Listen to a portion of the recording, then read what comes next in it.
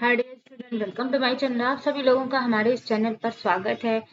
अगर चैनल पर नए हैं तो चैनल को सब्सक्राइब जरूर करिएगा। क्वेश्चन नंबर फर्स्ट, नवजात शिशु के तलवे पर पंजे से पड़ी एड़ी की तरफ सहलाने पर उसके पैर की उंगलियां खुल जाती हैं, यह अभिव्यक्ति कहलाती है। ए ऑप्शन आपका पामर ग्रॉप्स, बी मोरो, सी रूटिंग और डी बैबेंस्की। नवजात शिशु के जब तलवे पर हम क्या करते हैं, उसकी जो तलवा होता है उस पर जब हम सहलाते हैं तो उसके पैर की अपने पैर की उंगलियों को क्या करता है, खोलता है। और खोलने के बाद फिर सिकोड़ेगा, फिर खोलेगा। तो यह जो प्रक्रिया आपकी होती है वह प्रक्रिया आपकी बैबेंस्की कहलाती है। क्या कहलाती है आपकी? यह प्रक्रिया आपकी बैबेंस्की कहलाती है। तो इसका जो करेक्ट ऑप्शन होगा option number D is the correct option.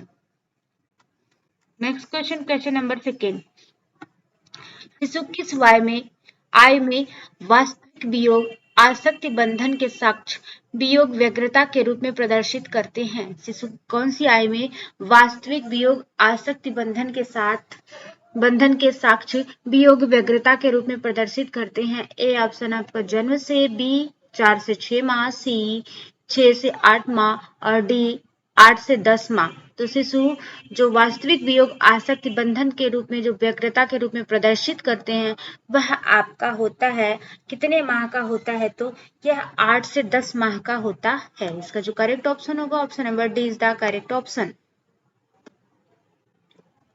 Next question, question number 3, समाज मिति एक बच्चे का मापन का एक उदाहरण है। समाज मिति जो है बच्चे की किसका मापन करती है? ए ऑप्शन बुद्धिमत्ता स्तर का, बी ऑप्शन व्यवहार समस्याएं का, सी ऑप्शन समूहों के संबंध का, डी ऑप्शन अभिभावकों के साथ संबंध का। तो समाज मिति जो है वह एक बच्चे के समूहों के संबंध का जो मापन करती है। बच्चा किस प्रकार से अपने समूह में संबंध बनाता है। तो इसका जो करेक्ट ऑप्शन होगा option number C is the correct option.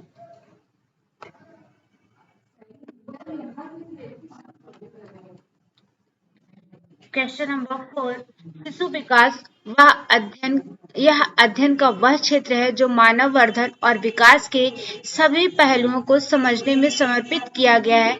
यह परिभाषा किसने दी है? यह परिभाषा हरलाक ने, बी ऑप्शन आपका पेपिवा और ओल्डस ने, सी ऑप्शन आपका हेरिस ने और डी ऑप्शन आपका बर्क ने दी है। तो शिशु विकास अध्ययन का वह क्षेत्र है जो मानव वर्धन और विकास के सभी पहलुओं को समझने में समर्पित किया गया है। यह परिभाषा जो है वो हरलाक की है। किसकी परिभाषा यह है? तो यह परिभाषा हरलाक की। इसका जो करेक्ट ऑप्शन होगा option number A is the correct option. Next question, question number 5, यह एक प्रक्रिया है जिसमें नवजात बच्चे को संस्कृत में ढाला जाता है जिससे वह समाज में स्वीकृत किया जाता है। यह एक कैसी प्रक्रिया है जिसमें नवजात शिशु को क्या है, संस्कृत जो उसकी संस्कृति होती है, जो उसके परंपरा होते हैं उसमें उसको ढाला जाता है और जब उसमें वो ढल जाता है तो समाज के द्वारा उसे स्वीकृत कर लिया जाता है। यह क्या कहलाता है? आपका समाजीकरण कहलाता है, विकास कहलाता है, परिपक्वता कहलाता है, अन्योन्य क्रिया कहलाता है। तो यह जो आपका कहलाता है यह आपका समाजीकरण कहलाता है। क्या कहलाएगा? यह समाजीकरण के अंतर्गत आता है। इसका जो करेक्ट ऑप्शन होगा option number A is the correct option.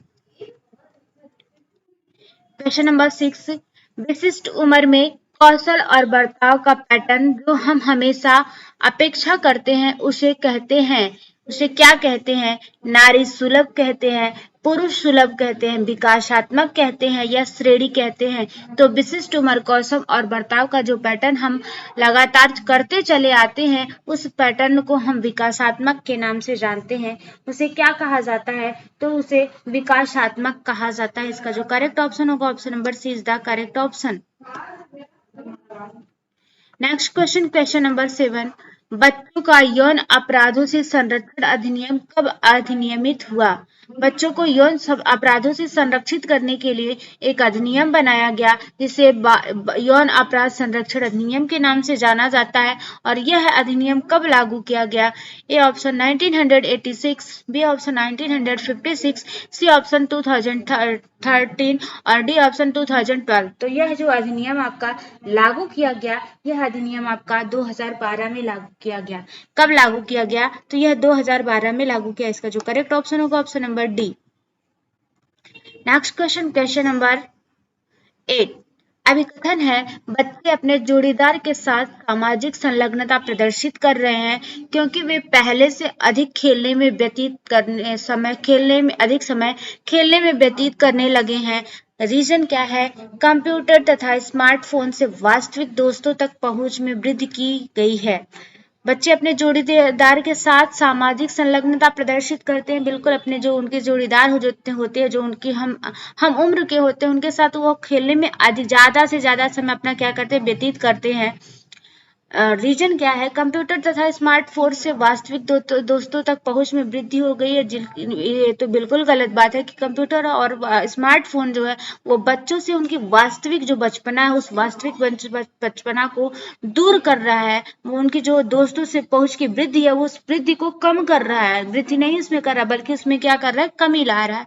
इसका जो करेक्ट ऑप्शन होगा, असर्शन तो सही है परंतु रीजन जो है आपका क्या गलत है। तो ए सही है लेकिन आर आपका गलत है।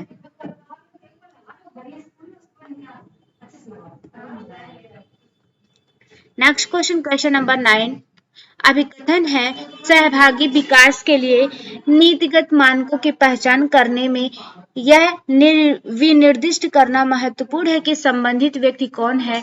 रीजन क्या है? संबद्ध व्यक्ति कोई व्यक्ति विशेष समूह या संस्थान हो सकता है जिसका हस्तक्षेप में निहित स्वार्थ हो। सहभागी विकास के लिए नीतिगत मानकों की पहचान करने में यह निर्दिष्ट करना महत्वपूर्ण है कि व्यक्ति कौन है। जब हम सहभागी विकास की बात अगर करें तो सहभागी विकास में व्यक्ति को पहली बात तो हम चिन्हित करेंगे कि यह व्यक्ति क्या है, जिसके बारे में हमें जो है वो बातें करनी है। तो वह व्यक्ति क्या है? वो कोई व्यक्ति भी हो सकता है, कोई संस्था भी हो सकती है और कोई भी समूह भी हो सकता है जिसका हस्तक्षेप में निहित स्वार्थ हो, जिसका उस कार्य में, उस क्रियाकलाप में जो है वो निहित स्वार्थ उसका जो हो उसमें निहित हो सकता है। ए ऑप्शन आपका असर्शन सही और रीजन गलत है। बी ऑप्शन आपका असर्शन सही और रीजन सही, असर्शन गलत और रीजन सही है। सी है असर्शन और रीजन दोनों सही है। डी ऑप्शन आपका ए और आर दोनों गलत है।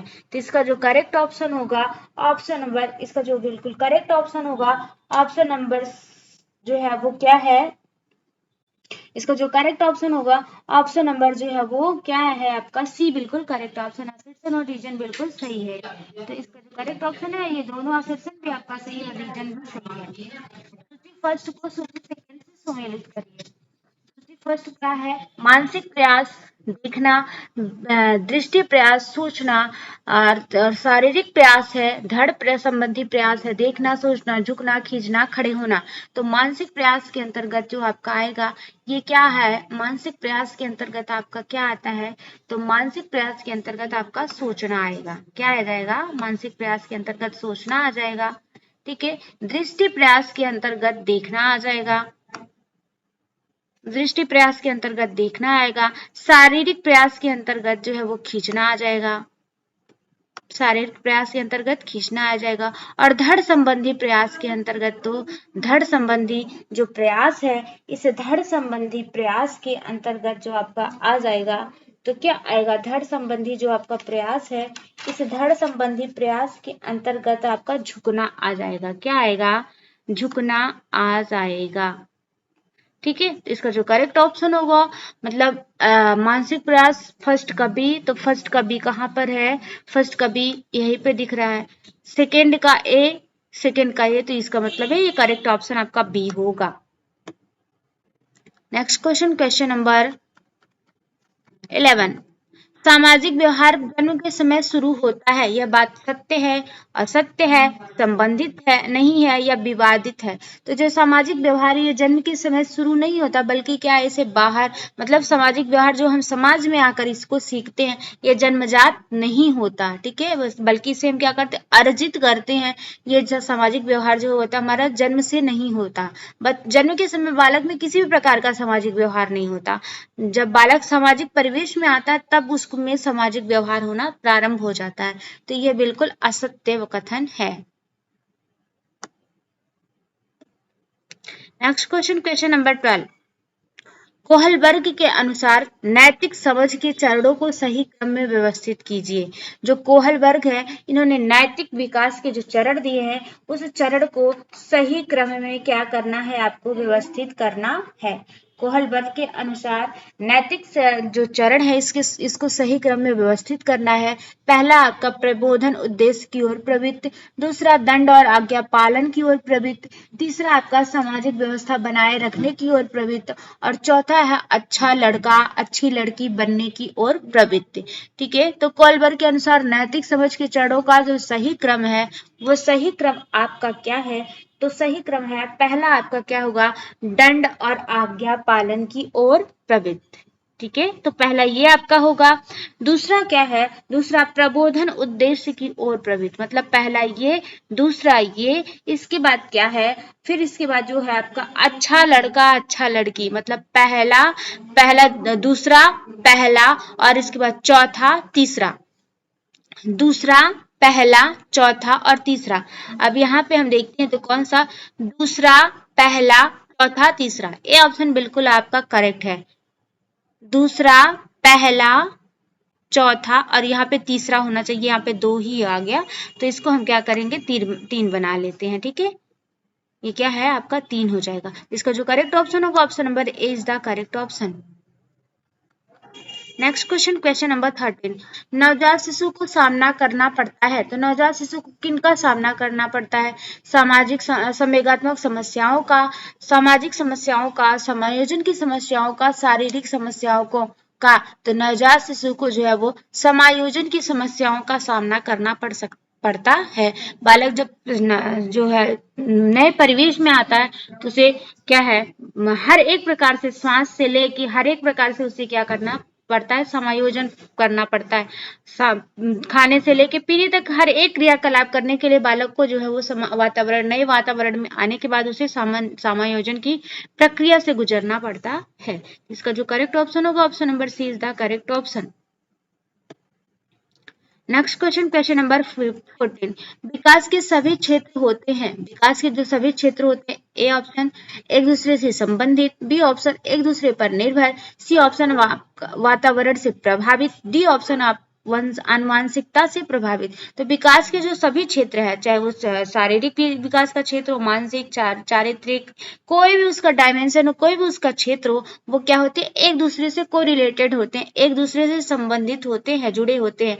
जैसे शारीरिक विकास है, मानसिक विकास, संवेगात्मक, क्रियात्मक, जो भी विकास आपका भाषा विकास, सब एक दूसरे से जुड़े होते हैं। तो इसका जो करेक्ट ऑप्शन होगा option number A is the correct option.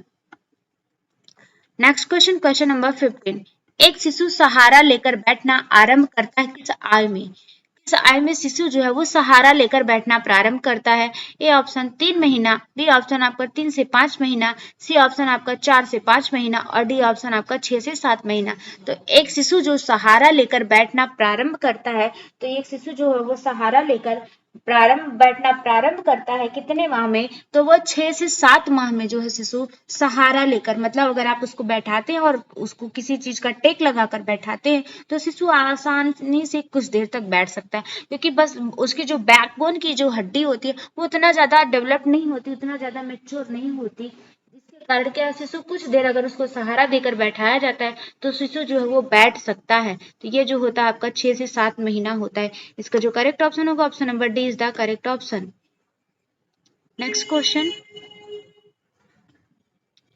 बालक के प्रारंभिक सामाजिक विकास का आधारीय कारक है, बालक के प्रारंभिक सामाजिक विकास का आधारीय कारक क्या है, उसकी शारीरिक स्थिति, उसकी वंशानुगत विशेषताएं, उसकी सामाजिक अंतःक्रिया, उसकी मानसिक स्थिति। बालक के प्रारंभिक सामाजिक विकास का आधारीय कारक क्या है, तो बालक के प्रारंभिक सामाजिक विकास का उसकी मानसिक स्थिति है। शिशु की मानसिक स्थिति कैसी है, ये उसके प्रारंभिक जो उसका समाजीकरण है उस पर निर्भर करता है। अगर उसकी अच्छी मानसिक स्थिति है तो समाज में उसका अच्छा सामंजस्य बनेगा, अच्छा तालमेल मिलेगा। अगर उसकी अच्छी सामाजिक स्थिति नहीं है तो समाज से वो क्या होगा, विरक्त ही रहेगा। इसका जो करेक्ट ऑप्शन होगा option number D is the correct option. Next question, ये रहे हमारे आज के क्वेश्चन की श्रृंखला। नेक्स्ट सेशन में फिर हम आपसे मिलते हैं, तब तक के लिए thank you so much for watching this video.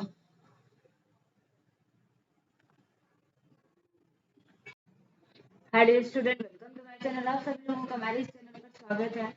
आज का हमारा ये प्रैक्टिस सेट जो है वो मिसलेनियस क्वेश्चन इसमें आपको देखने के लिए मिलेंगे। क्वेश्चन नंबर फर्स्ट, बच्चों में अस्थमा का अटैक सामान्यतः के कारण होता है। अस्थमा यह एक आपका सांस से संबंधित बीमारी होती है। इसमें जो बच्चा है उसका जो लंग्स है वो प्रभावित होता है। ठीक है, तो बच्चों में जो अस्थमा का अटैक होता है वो किस कारण आपका होता है? ये ऑप्शन है शारीरिक एवं भावनात्मक दबाव, B option television, C option खाद्य एलर्जी और डी ऑप्शन मौसमी परिवर्तन। तो बच्चों में जो अस्थमा का आपका अटैक होता है ये आपके शारीरिक एवं भावनात्मक दबाव से भी होता है। शारीरिक मतलब अगर बच्चा शारीरिक रूप से कमजोर है तो भी उसमें यह इस प्रकार का अटैक देखने के लिए मिलेगा। और क्या है, अगर बच्चे में क्या है भावनात्मक मतलब उससे किसी चीज का डर है तो भी यह क्या है मतलब उसकी जो इस प्रकार की समस्या, सांस फूलने की जो समस्या है वह आपको देखने के लिए मिलेगी। और क्या है आपका खाद्य एलर्जी, अगर कोई ऐसे खाद्य पदार्थ है जिसका सेवन बच्चा करता है तो उससे भी अगर वो खाद्य पदार्थ जो है वो मिलावटी है तो उससे भी बच्चे को अस्थमा का अटैक देखने के लिए मिलेगा। मौसमी परिवर्तन और मौसम जैसे अगर ठंडी के मौसम में इस प्रकार की बीमारी ज्यादा देखने के लिए मिलती है। इसका जो करेक्ट ऑप्शन होगा option number C is the correct option, ACD। इसका जो करेक्ट ऑप्शन होगा option number C is the correct option. Next question, question number second,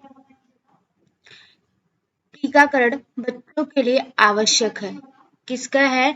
टीकाकरण बच्चों के लिए क्यों आवश्यक होता है? पहला आपका शरीर में प्रतिरक्षा प्रणाली के विकास हेतु, दूसरा है आपका पोषणीय स्थिति को बढ़ाने के लिए, तीसरा आपका बेचैनी कम करने के लिए और चौथा आपका विषाणु जनित और संक्रमणीय रोगों की घटनाएं कम करने के लिए। तो टीकाकरण जो है वो बच्चों के लिए क्यों आवश्यक है? शरीर में प्रतिरक्षा प्रणाली के विकास हेतु, शरीर में ये टीकाकरण के माध्यम से जो बॉडी है उसमें उसकी प्रतिरक्षा प्रणाली, दैट मीन्स उसकी इम्यूनिटी पावर को क्या किया जाता है, बूस्ट किया जाता है। उसमें ऐसे तत्व होते हैं जो बालक की जो है वो बच्चों में प्रतिरक्षा प्रणाली को इसकी मजबूत करते हैं। बेचैनी कम करने के लिए जी नहीं, इसका ये नहीं होगा, बेचैनी नहीं। ठीक है, क्या है, विषाणु जनित और संक्रमणीय रोगों की घटनाएं कम करने के लिए टीकाकरण की प्रक्रिया इसीलिए की जाती है कि विषाणु जनित जैसे जो संक्रमण से फैलने वाली आपकी रोग है या संक्रमण से होने वाले जो आपकी घटनाएं हैं, इस प्रकार के घटनाओं से शिशु को या बच्चे को बचाया जा सके, तो इसके लिए भी टीकाकरण का प्रयोग किया जाता है। इसका जो करेक्ट ऑप्शन होगा मतलब इसका पहला और चौथा ऑप्शन बिल्कुल सही है। टीकाकरण का यही उद्देश्य, ये वाला ऑप्शन बिल्कुल आपका सही है। पहला और चौथा ऑप्शन बिल्कुल आपका सही है। इसका जो करेक्ट ऑप्शन होगा ऑप्शन नंबर पहला और चौथा बिल्कुल सही है। बाकी पोषणीय स्थिति को बढ़ाने के लिए इसमें टीकाकरण का कोई मतलब ही नहीं होता। बेचैनी कम करने के लिए इसमें भी टीकाकरण कोई मतलब नहीं होता। तो इसका पहला और चौथा ऑप्शन जहां भी होगा पहला और चौथा कहीं है ही नहीं, तो इसी को हम क्या करते हैं, इसमें से किसी को हम चौथा बना लेते हैं। ठीक है, तो बी ऑप्शन हम इसको क्या है 4 कर लेते हैं। इसका जो करेक्ट ऑप्शन होगा option number B is the correct option.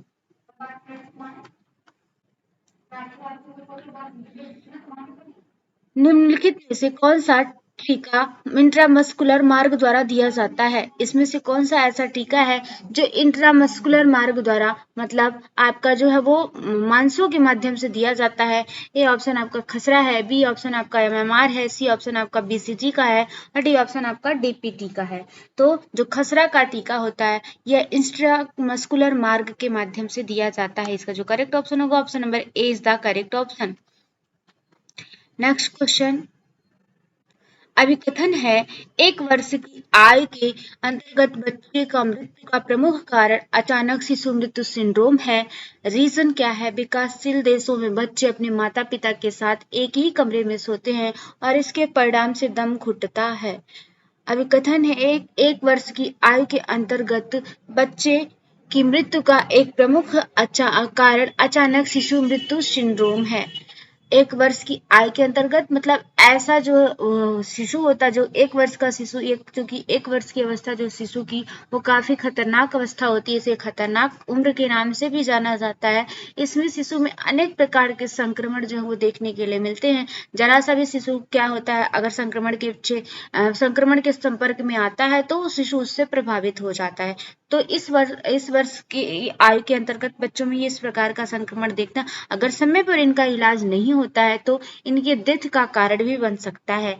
Reason क्या है, विकासशील देशों में बच्चे अपने माता पिता के साथ एक ही कमरे में सोते हैं और इसके परिणाम स्वरूप ऐसा नहीं है बच्चे माता पिता के साथ सोते हैं तो कमरे में दम नहीं घुटता। इसका जो करेक्ट ऑप्शन होगा ऑप्शन नंबर असेसन तो बिल्कुल सही है, बट रीजन इसका गलत है। ठीक है, इसका जो करेक्ट ऑप्शन होगा option number C is the correct option. Next question number 5। Immunoglobin जो शिशुओं में एलर्जी के लिए उत्तरदायी है, इनमें से क्या है? इम्यूनोग्लोबिन जो शिशुओं में एलर्जी के लिए उत्तरदायी है, इनमें से क्या है? आईजीएम है, आईजीई है, आईजीजी है, आईजीडी है। तो इम्यूनोग्लोबिन जो शिशुओं में एलर्जी के लिए उत्तरदायी है वह आपका क्या है? तो वह जो आपका है वह आपका आईजीई है। कौन सा शिशुओं में एलर्जी के लिए उत्तरदायी है? तो आईजीजी जो है वो इम्यूनोग्लोबिन ये शिशु में एलर्जी के लिए उत्तरदायी होता है। Next question number 6। डीपीटी से सांस लेने की समस्याएं, पक्षाघात और हृदय की विफलता हो सकती है। डीपीटी का अर्थ क्या है? डीपीटी जो है ये क्या होता है आपका? ये ट्रिपल वैक्सीन डोज होता है, मतलब इसमें 3 रोगों से ये रक्षा प्रदान करता है। तो डीपीटी में जब यह रोग हो जाता है तो इसमें रोगी को, जो बालक होता है उसको सांस लेने की समस्याएं होती है, पक्षाघात हो जाता है और क्या हृदय की विफलता भी हो सकती है। तो ये किस रोग, डीपीटी का अर्थ क्या है? डिप्थीरिया, पर्टुसिस और टिटनेस है। ए ऑप्शन डिप्थीरिया, पर्टुसिस और टॉक्सिन है। बी ऑप्शन डिप्थीरिया, पर्टुसिस और टिटनेस है। सी ऑप्शन डिप्थीरिया, पोलियो और टिटनेस है। डी ऑप्शन डिप्थीरिया, पोलियो और टॉक्साइड है। तो डिप्थीरिया, पर्टुसिस और टिटनेस इसका बिल्कुल करेक्ट ऑप्शन होगा। Next question number 7। भारतीय सार्वभौम प्रतिरक्षा कार्यक्रम के अनुसार एक नवजात शिशु को दिया जाने वाला पहला टीका इनमें से किससे सुरक्षा के लिए दिया जाता है? तो भारतीय सार्वभौम प्रतिरक्षा कार्यक्रम के अनुसार एक नवजात शिशु को जो दिया जाने वाला पहला टीका होता है वह आप इसमें से किसकी सुरक्षा करता है? तो ए ऑप्शन आपका बीसीजी का है, बी ऑप्शन आपका डीपीटी है, ये डीपीटी है, सी ऑप्शन आपका पोलियो है, डी ऑप्शन खसरा है। तो भारतीय सार्वभौम प्रतिरक्षा कार्यक्रम के अनुसार नवजात शिशु को दिया जाने वाला जो पहला टीका होता है यह बीसीजी का टीका होता है। इसे बैसिलस कॉलमेट ग्यूरिन के नाम से जानते हैं और ये जब शिशु जन्म लेता है तो शिशु जन्म लेने के 24 घंटे के अंदर ही इस टीको को दिया जाता है, जिससे शिशु को तपेदिक से बचाया जा सके। इसका जो करेक्ट ऑप्शन होगा option number A is the correct option. Next question number 8। BCG एक टीका है जो मुख्य रूप से तपेदिक के विरुद्ध प्रयुक्त किया जाता है। बीसीजी का क्या अर्थ है? Baby floor Guerin, bacillus Calmette Guerin, bacterium cure Guerin, baby care Guerin. तो बैसिलस कॉलमेट ग्यूरिन जो है इसका करेक्ट ऑप्शन होगा। बीसीजी का फुल फॉर्म है आपका bacillus Calmette Guerin. Next question number 9। Splenic dysfunction वाले बच्चे जिनका पहले 9 महीने में निदान किया जाता है उसके लिए क्या आवश्यक होता है? क्या है? स्प्लेनिक डिसफंक्शन वाले बच्चे जिनका पहले 9 महीने में निदान किया जाता है उसके लिए क्या आवश्यक होगा? ए ऑप्शन आपका इन्फ्लुएंजा का टीका, बी ऑप्शन आपका हिबुमेंसी का टीका, सी ऑप्शन आपका बीसीजी का टीका और डी ऑप्शन आपका डीपीटी का टीका। इसका जो करेक्ट ऑप्शन होगा option number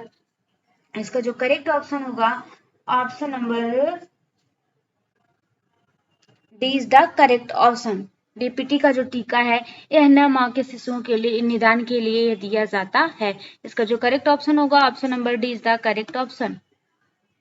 next question number 10। इनमें से कौन सा टीका मौखिक रूप से दिया जाता है? डीपीटी का टीका, बीसीजी का टीका, पोलियो का टीका या हेपेटाइटिस ए का टीका?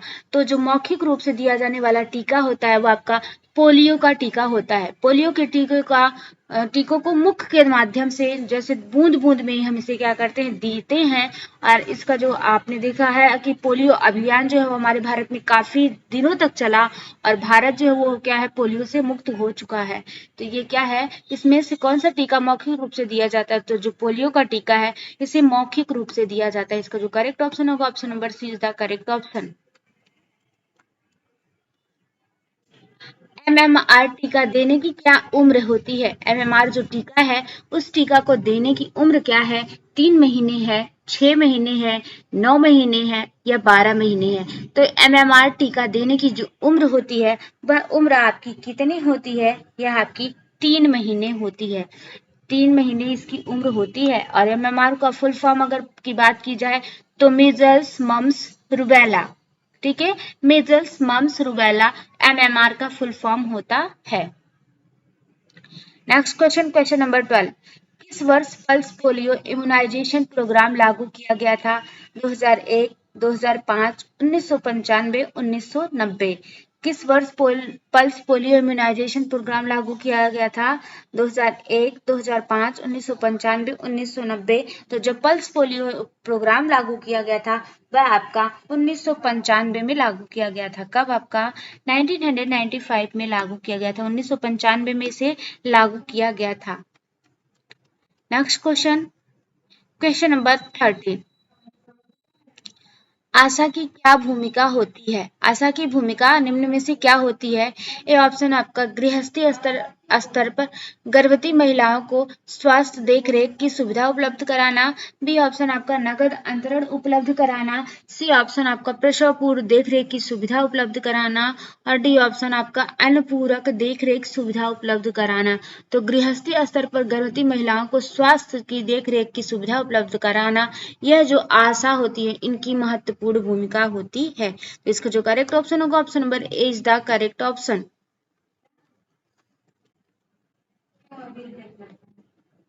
जननी सुरक्षा योजना के अंतर्गत गर्भवती महिलाओं को देख रेख सुविधा प्रदान करने के पीछे क्या तर्क होता है?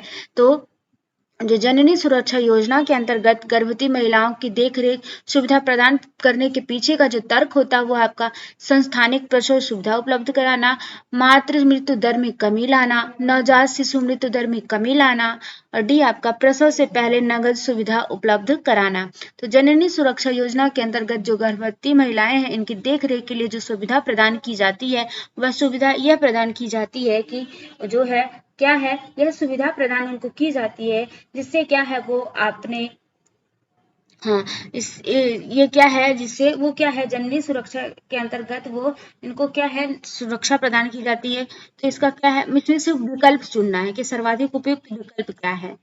तो ये क्या है, सर्वाधिक उपयुक्त विकल्प जो होगा वह क्या है आपका, कौन कौन से इसके अंतर्गत आएंगे? तो इसके अंतर्गत जो आएगा आपका ए आएगा और क्या है, ए आएगा, बी आएगा और सी आएगा। मतलब इसका जो करेक्ट ऑप्शन होगा option number D is the correct option.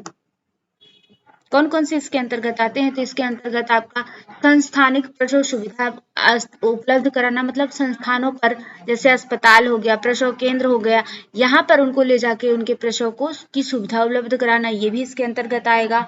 और क्या इसके अंतर्गत आएगा, और जो इसके अंतर्गत आता है कि मातृ मृत्यु दर में कमी लाना। जो मातृ मृत्यु दर है मतलब अगर अच्छी प्रकार से डिलीवरी नहीं हो पाती थी तो माताओं की मृत्यु हो जाती थी, इसमें भी कमी लाना इसका उद्देश्य है। और नवजात शिशु मृत्यु दर में भी कमी लाना इसका उद्देश्य है। मतलब ए भी आपका इसका उद्देश्य है और बी भी इसका आपका उद्देश्य है और सी भी इसका उद्देश्य है, ठीक है, लेकिन डी इसका उद्देश्य नहीं है, ठीक है, डी इसका उद्देश्य नहीं है। क्वेश्चन नंबर 15, जननी सुरक्षा योजना के अंतर्गत प्रसूति के दौरान महिलाओं को अतिरिक्त दी जाने वाली नगद धनराशि में निम्नलिखित में से कौन सा दृश्यमान लागत व्यय शामिल है? ये ऑप्शन आपका सह परिवार पर आने वाला व्यय, बी औषधि की आपूर्ति, सी अस्पताल कर्मी को सदस्य शुल्क, डी भोजन पर किया गया व्यय। तो जननी सुरक्षा योजना के अंतर्गत प्रसूति के दौरान महिलाओं को अंतरित की जाने वाली जो नकद धनराशि होती है वह धनराशि आपकी कौन सी होती है? क्या इसके अंतर्गत क्या क्या आता है? तो क्या है, सह परिवार पर आने वाला व्यय जी नहीं, ये बिल्कुल गलत बात है। सह परिवार से जननी सुरक्षा योजना से कोई मतलब नहीं है। अस्पताल कर्मी को सदस्य शुल्क ये भी नहीं आएगा भोजन पर किया गया बल्कि जो जननी सुरक्षा के अंतर्गत जो प्रसूति महिला, उस महिला के औषधि पर जो खर्चा आने वाला है उसी से यह क्या होती है, आपकी जुड़ी हुई होती है। इसका जो करेक्ट ऑप्शन होगा option number B. Next question, question number 16, जननी सुरक्षा योजना के घटक निम्न में से कौन कौन से हैं? जो जननी सुरक्षा योजना है इसके घटक के अंतर्गत की बात कर रहा है, तो घटक इसके निम्न में से कौन से हैं? ए ऑप्शन अस्पताल में प्रसूति को बढ़ावा देना, बी ऑप्शन प्रसूति देखरेख संबंधी उन्नत सुविधा, सी ऑप्शन आपका नगद अंतरण, डी ऑप्शन आपका गृह प्रसूति को बढ़ावा देना। तो सर्वाधिक उपयुक्त विकल्प का चयन कीजिए। ठीक है, इसमें से सबसे अच्छा विकल्प जो है उसको आपको चयन करना है। जो सबसे अच्छा विकल्प होगा वो आपका क्या है? ठीक है, इसका जो करेक्ट ऑप्शन होगा option number C is the correct option. A B C इसका बिल्कुल करेक्ट ऑप्शन है। क्या है? A B C. अस्पताल में प्रसूति को बढ़ाना व देना, जननी सुरक्षा का उद्देश्य है कि अस्पताल में जो होने वाला प्रसव है उसको बढ़ावा देना ताकि माँ और बच्चे दोनों को सुरक्षित रखा जा सके। प्रसूति देखरेख संबंधी उन्नत सुविधा प्रदान करना, जो गर्भवती महिला है उस महिला की देखरेख से संबंधित सुविधा को क्या करना, बढ़ाना, उसको उसमें उन्नत विकास करना, ये भी इसका होता है।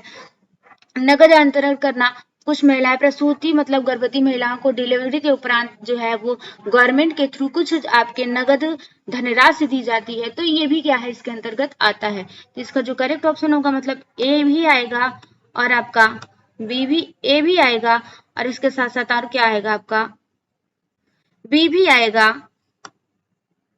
और क्या आपका सी भी आएगा। ठीक है, तो इसका जो करेक्ट ऑप्शन होगा option number C is the correct option. ठीक है, नेक्स्ट क्या है आपका, पोलियो की दवा के आविष्कारक हैं। पोलियो की दवा की खोज किसने किया है? ए ऑप्शन आपका जॉन साल्क ने, बी ऑप्शन आपका LB7 ने, सी ऑप्शन आपका सलमान बख्शमा ने और डी ऑप्शन आपका इनमें से कोई नहीं। तो पोलियो की दवा के आविष्कारक जो है वो जॉन साल्क हैं। इसका जो करेक्ट ऑप्शन होगा option number A is the correct option. Next question, कौन सा युग्म सही है? इसमें से कौन सा युग्म जो है वो आपका बिल्कुल करेक्ट है? HBIG। HBIG जो है ये क्या है? क्या ये एड्स से संबंधित है? BCG क्या ये क्षय रोग से संबंधित है? पोलियो क्या ये पर्टुसिस से संबंधित है? और DPT क्या ये अतिसार से संबंधित है? तो HBIG जो है ये किससे संबंधित है? ठीक है, तो ये बी जो आई है ये किससे संबंधित होता है? इसका जो करेक्ट ऑप्शन होगा ऑप्शन नंबर, इसका जो करेक्ट ऑप्शन होगा option number B is the correct option. BCG जो है वो सही युग्म की बात कर रहा है, तो बीसीजी जो है वो हमारा सिर्फ क्षय रोग से संबंधित है। बाकी HBIG जो है ये आपका किससे संबंधित है? तो ये हेपेटाइटिस बी से संबंधित है। HBIG जो है ये हेपेटाइटिस बी से संबंधित है। पोलियो का जो टीका है वो पोलियो जो है वो पोलियो से संबंधित है। DPT का जो टीका है डिप्थीरिया, पर्टुसिस और टेटनस से संबंधित होता है। इसका जो करेक्ट ऑप्शन होगा option number B is the correct option. Next question, question number 19, मातृ बाल मृत्यु दर कम करने का उपाय है। इसमें से मातृ बाल मृत्यु दर किसके द्वारा कम किया जाता है? यौन शिक्षा का ज्ञान करके, घर पर प्रसव होना, मातृ एवं शिशु कल्याण सेवा का प्रसार करना या प्रशिक्षित दाइयों का होना। तो मातृ एवं शिशु कल्याण की सेवा का प्रसार करके ही बाल मृत्यु दर को कम किया जा सकता है। तो जो बाल मृत्यु दर है, इस मातृ और बाल मृत्यु दर को कम करने का सबसे अच्छा उपाय जो है वो मातृ एवं शिशु कल्याण सेवा का प्रसार करके ही हम इसे रोक सकते हैं। माताओं को क्या है शिक्षित करके, माताओं को जागरूक करके जो है और परिवार के सदस्यों को जागरूक करके कि किस प्रकार से गर्भवती स्त्री में उनकी देखभाल की जाती है। जब शिशु जन्म लेता है तो उसकी कैसी स्वच्छता रखनी चाहिए, उसे कैसे संक्रमण से बचाना चाहिए, इन सब के जो है वो मतलब इन सब के बारे में लोगों को शिक्षित करके है मातृ शिशु कल्याण सेवा का प्रसार करके हम इससे बचा सकते हैं। माता और शिशु दोनों को इससे बचाया जा सकता है। तो इसका जो करेक्ट ऑप्शन होगा option number C. Next question, question number 20, hepatitis B vaccine की तीसरी खुराक देनी चाहिए। जो हेपेटाइटिस बी है, इस वैक्सीन की तीसरी खुराक आपको कब देनी चाहिए? पहली खुराक के 2 माह बाद, दूसरी खुराक के 3 माह बाद, पहली खुराक के 5 माह बाद और पहली खुराक के 6 माह बाद। तो पहली खुराक के 6 माह बाद जो है आपकी तीसरी खुराक देनी चाहिए। इसका जो करेक्ट ऑप्शन होगा ऑप्शन नंबर डी। वायरस द्वारा शिशुओं में होने वाली सामान्य छूत है, क्या है? वायरस के माध्यम से शिशुओं में होने वाली जो सामान्य छूत है वो क्या है? ए ऑप्शन आपका मीजल्स, बी ऑप्शन आपका जर्मन मीजल्स, सी ऑप्शन आप चिकन पॉक्स तथा चेचक है और डी ऑप्शन आपका उपरोक्त सभी है। तो वायरस द्वारा शिशुओं में होने वाली जो सामान्य छूत है वो क्या है? आपकी मीजल्स भी है, जर्मन मीजल्स भी है, चिकन पॉक्स तथा चेचक भी है। जिसका जो करेक्ट ऑप्शन होगा option number D is the correct option. सभी इसके अंतर्गत आती हैं। ठीक है, ये रहे हमारे आज के 21 क्वेश्चन। नेक्स्ट सेशन में फिर हम आपसे मिलते हैं, तब तक के लिए thank you so much for watching this video.